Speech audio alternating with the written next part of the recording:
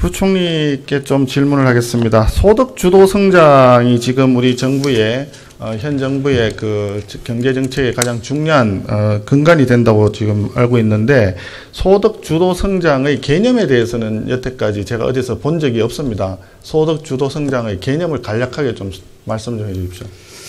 소득 주도 성장은 지금 우리 사회와 경제 구조적으로 안고 있는 문제라고 할 수 있는 소득 분배나 양극화, 계층이동 단절, 이와 같은 구조적인 문제를 해결하기 위해서 정부가 추진하고 있는 여러 정책의 이제 집합이라고 볼 수 있겠고요. 이와 같은 것을 통해서 혁신 성장과 함께 지속 가능한 경제를 만들기 위한 것입니다.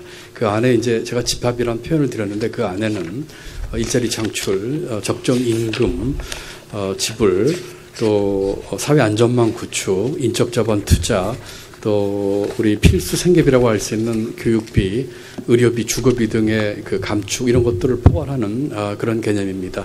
아까 제가 이런 경제 사회 구조적인 문제 해결의 목적을 두고 있지만은, 이런 것들이 조금 길게 보면은 우리 내수 진작에 도움이 되면서 우리 경제 역동성을 주는 데도 기여할 수 있지 않을까, 이런 생각으로 추진하고 있는 정책으로 이렇게 말씀드리겠습니다. 예, 근데 지금 말씀하신 대로 여러 가지 정책의 총합이라는 건 맞는 것 같습니다. 그래서 기재부에다가 소득 주도 성장을 위한 정책, 수단, 그래서 예산 사업들이 뭐가 있느냐 해서 그 자료를 달라고 했더니 자료가 없다, 또는 별도로 취합하지 않는다, 이렇게 답이 온 것 같아요. 맞습니까?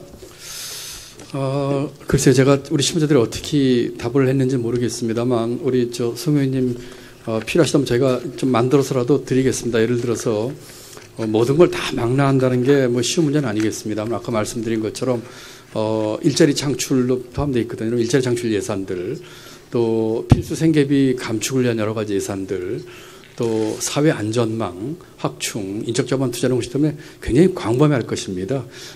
어쨌든 제가 더 노력해서 자료를 만들어 보도록 하겠습니다. 전체적으로는 굉장히 광범위하겠지만 소득 주도 성장을 이 정부의 가장 핵심적인 정책으로 했기 때문에 예산상에 있어서도 소득 주도 성장에 직접적으로, 물론 간접적으로 하면 모든 정책이 다 소득 주도 성장, 결과적으로 경제 성장 정책에 필요한 정책일 겁니다. 그렇지만 직접적으로 예산 사업 중에서 소득 주도 성장에 적합한 또는 거기에 합당한 그런 사업들을 별도로 고를 수가 있을 겁니다. 그래서 앞으로 그러면 소득 주도 성장을 계속 이 정부가 추진해 나간다면 작년에 얼마, 금년에 얼마, 내년에 얼마, 또는 이 정부가 마지막 마칠 때까지 3년간 앞으로 어떤 방식으로 끌고 가겠다. 그렇게 함으로써 소득 주도 성장이 앞으로 어떤 결과를 우리가 예상하고 예측하고 달성하겠다 하는 목표가 있을 거 아니겠습니까? 그런 것들을 위해서라면 당연히 좀 제한적이 될지 모르지만 직접적으로 소득주도 성장에 합당한 사업들을 별도로 아마 카테고리를 만들어야만 될 것입니다.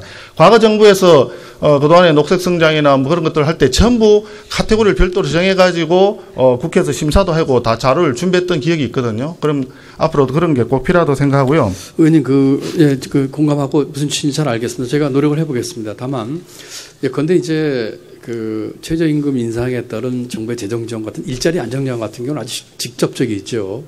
또 예를 들어서 사회 안전망 중에서도 기초연금이나 아동수당이라든지 이런 것들도 전부 소득주도 성장에 기여하는 예산들이거든요. 그래서 분류를 어느 정도로 해서 이게 직접적으로 할지 좀 포괄적으로 할지가 조금 애로사항이 있을 겁니다. 애로사항은 많겠죠. 예, 제가 한번 좀 노력해 보겠습니다. 근데 애로사항은 당연히 있을 겁니다. 우리가 저출산 대비한 예산이 어떻게 되느냐라고 얘기했을 때 그동안에 뭐 연간 몇백 조를 갖다 예산을 썼다. 그러나 저출산 문제는 해결되지 않았다. 일반적으로 그렇게 얘기하지 않습니까? 그럼에도 불구하고 저출산에 대비한 우리가 예산 사업이 뭐고 정책을 어디까지를 카운팅한다는 것은 계속 있어 왔거든요. 마찬가지로 당연히 이 정부의 가장 핵심적인 경제 정책이라면 또 성장 정책이라면 그런 것들이 있어야 된다고 생각을 합니다. 본 의원이 볼 때는 소득 주도 성장에서 가장 중요한 수단으로 지금 정부에서 하고 있는 것은 결과적으로 임금 인상 부분이 제일 큰 것 같습니다. 물론 그것만은 아니겠죠.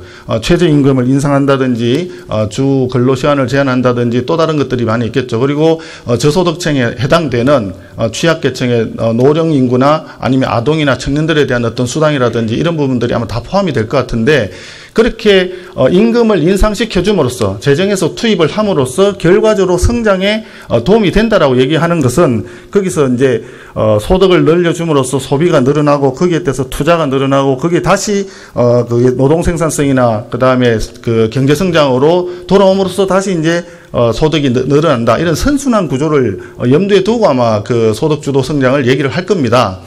그런데 애석하게도 지금 현재 나타난 결과를 보면 전혀 선순환이 아닌 것으로 지금 결과가 나타나 보인단 말이죠. 그래서 굉장히 악화된 그 악순환이 선순환이 아니라 악순환이라고 할 수 있는데 결국은 임금을 올리는 것이 결국은 노동 비용을 그 상승시켜 가지고 물가 상승이라든지 그다음 기업 이윤의 감소라든지 투자 위축이라든지 그렇게 하면서 결과적으로 기업의 노동 수요를 다시 감소시켜 가지고 경제가 다시 더 어려워지는 성장이 후퇴하게 되니까 임금을 보전을 해줬는데 소득을 많이 올려줬는데도 불구하고 효과가 없다. 그래서 다시 또 재정에서 임금을 더 올려주자. 이런 그 재정 다시 퍼붓기를 다시 한단 말이죠. 그래서 전체적으로 보면 우리가 지금 그 소득 주도 성장이 선순환 결과가 아니라 악순환 결과가 나타났다. 이렇게 생각이 되는데 어떻게 생각하세요? 예, 의원님 뭐 좋은 분석이신데 저는 의원님 말씀에 좀 동의하기는 좀 어려울 것 같습니다. 아까 제가 두 가지를 말씀드리겠습니다. 아까 총리께서도 답변 중에 이런 말씀을 하셨습니다. 소득 지원 정책 또는 소득 정책은 과거 어느 정도 다 있었던 겁니다. 이게 뭐 새로 쑥 들어진 새로운 발명품도 아니고요.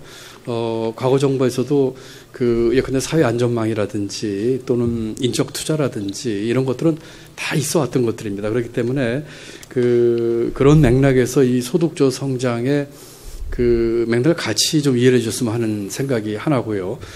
이런 것들은 그 과거 정부에 없던 것들이 갑자기 생긴 것들이 아니거든요. 물론 최저임금 인상에 대한 정부의 재정전 이런 것들은 물론 새로운 사업이 될 수 있겠죠. 그런 측면에서 아까 의원님이 말씀하신 그 자료에 대해서 뭐 우리 의원님 뭐 재정연어 전문가시니까 저희가 조금 시간 주시면 충실히 만들도록 하겠다는 말씀드리고요. 두 번째는 선순환에 대한 얘기입니다.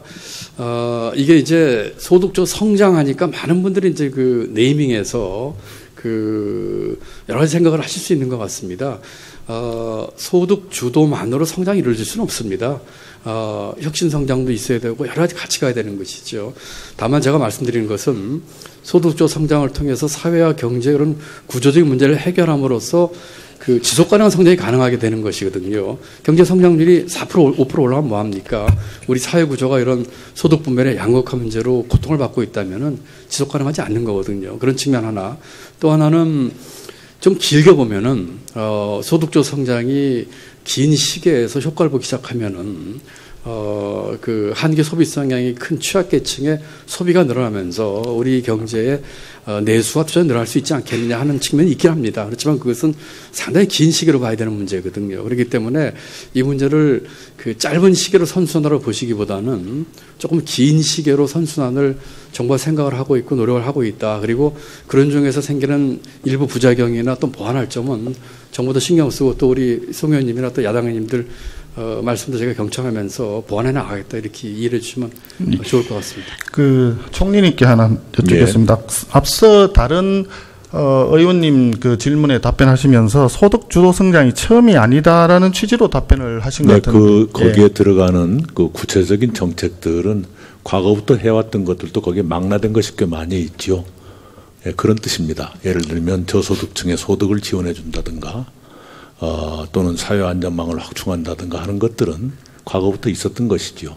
그럼 과거부터 있었던 거 말고 이 정부 들어서 소득 주도 성장으로 네이밍하면서 독창적이고 창의적이고 이 정부의 유니크한 그런 사업이 뭐가 있을까요? 예를 들면 근로시간 단축 같은 것은 꽤 많이 지체되어 왔던 것을 지금 하고 있는 것이죠. 그러나 그것도 논의가 있었던 것은 사실이죠. 그러면 과거 정부부터 대한민국 정부가 쭉 같이 해오던 사업 이외에 이번 정부에서 소득 주도 성장으로 얘기할 수 있는 정책 수단 또는 정책 사업이라고 하는 것이 근로시간 단축, 그다음에 최저임금의 인상 네, 그런 것들이 패키지로 되어 있는데 그것 또한 경제부총리가 더 잘 설명을 하실 수 있을 겁니다. 그러니까 지금 얘기하는 것이 문제가 그겁니다. 소득 주도 성장으로 얘기했을 때 굉장히 많은 사업들을 우리가 네. 카테고리를 만들 수 있는데 네.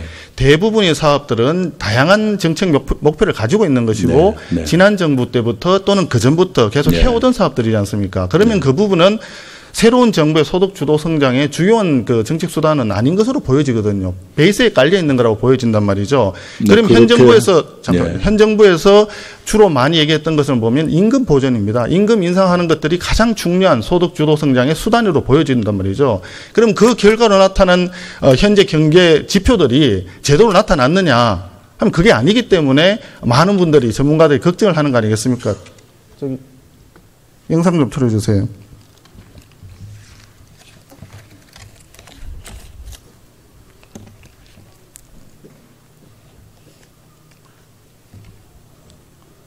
이미 다 알고 있는 자료입니다. 다 알고 있는 자료인데, 최근에 그 취업자 수 증가, 숫자를 지금 월별 전년 동월 대비해가지고 늘어난 숫자를 쭉 정리를 해봤습니다. 해봤더니, 원래 이번 정부 처음 들어서가 2017년도의 목표는 32만 명의 취업자를, 만들겠다. 일자리를 32만 개 이상 만들겠다 하는 목표였습니다. 그런데 이번 정부 들어서, 이번 정부가 아니죠. 정부 들어서 2016년만 이번 정부 들어서 32만 명을 늘리질 못했어요. 일반적으로 전문가들은 대한민국 경제가 선순환해서 평상적인 발전을 해나가려고 그러면 최소한 30만 개 이상의 일자리를 만들어내야 한다. 이렇게 얘기를 하고 있는데 택도 없이 20만 수준으로 갔단 말이죠. 그런데 최저임금을 16.4%를 급등시킨 금년 1월부터는 10만 대로 뚝 떨어졌습니다. 그러니까 10만 대로 뚝 떨어진 것 자체가 굉장히 심각한 고용 쇼크. 고용 쇼크라기보다는 좀 심각하게 하면 고용의 참사입니다. 참사. 고용 참사가 일어났는데 금년 지금 7월 달에는 일시적일 거라고 생각은 하지만 꼴랑 5천 명 늘었습니다. 5천 명. 그런데 금년 7월 달부터는 근로시간을 52시간으로 제한하는 그 제도가 새로 적용이 되었거든요. 말하자면은 지금 총리님이나 부총리께서 말씀하신 소득 주도 성장의 가장 핵심적인 정책 수단이었다고 하는 것이 임금 보전이고 근로시간 단축 이런 부분이었는데 결과적으로 그 정책을 시행한 결과 우리 고용은 완전히 참극이 벌어졌다 이런 이야기거든요. 그러면 다시 한번 생각을 해봐야 되죠. 이 소득 주도 성장이 제대로 되고 있는 건지. 네, 당연히 점검하고 있습니다. 네. 아직도 점검 중이십니까? 아니 오늘 하루 종일 얘기 나온 것처럼요. 통계적 근거를 놓고 볼 적에는 다양한 원인을 저희들이 생각하지 않을 수 없는 것이고요. 그리고 부분적으로는 최저임금 인상이 영향을 주었을 수 있다는 것은 저희들이 수용을 하고 있습니다. 그걸 종합적으로 점검하고 있다 이런 말씀입니다. 예, 뭐 부분적으로 작용을 했을 거라고 그렇게 선의로 해석할 수도 있겠지만 왜 이런 말씀을 드리냐면 금년 1월과 금년 7월에 다른 정책 변수가 바뀐 게 없습니다. 정책 변수가 바뀐 게 유일하게 최저임금 급등한 거가 근로시간 단축한 거예요. 우리 송 의원님께서 예. 저보다 훨씬 더 전문가시니까 제가 말씀드리기 좀 어렵습니다만은 정책 변수만으로 경제가 움직이는 건 아니라는 것을 더 잘 아실 겁니다. 그렇게 말씀하시면 더 심각하죠.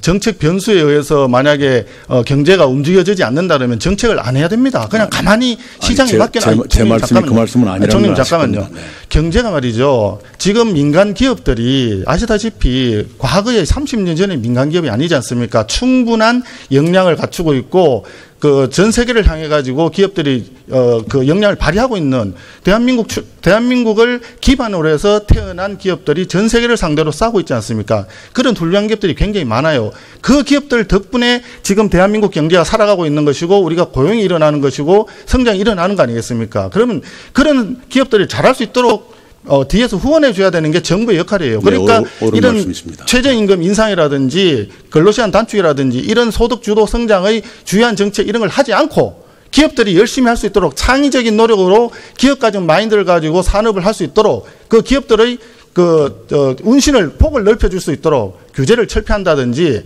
그런 산업 활동에 밑거름이 될 수 있는 지원을 해준다든지 이런 노력을 해야 고용이 살아나고 경제 성장이 되고 우리 대한민국 경제가 다시 네, 정상적으로 되지 않겠냐.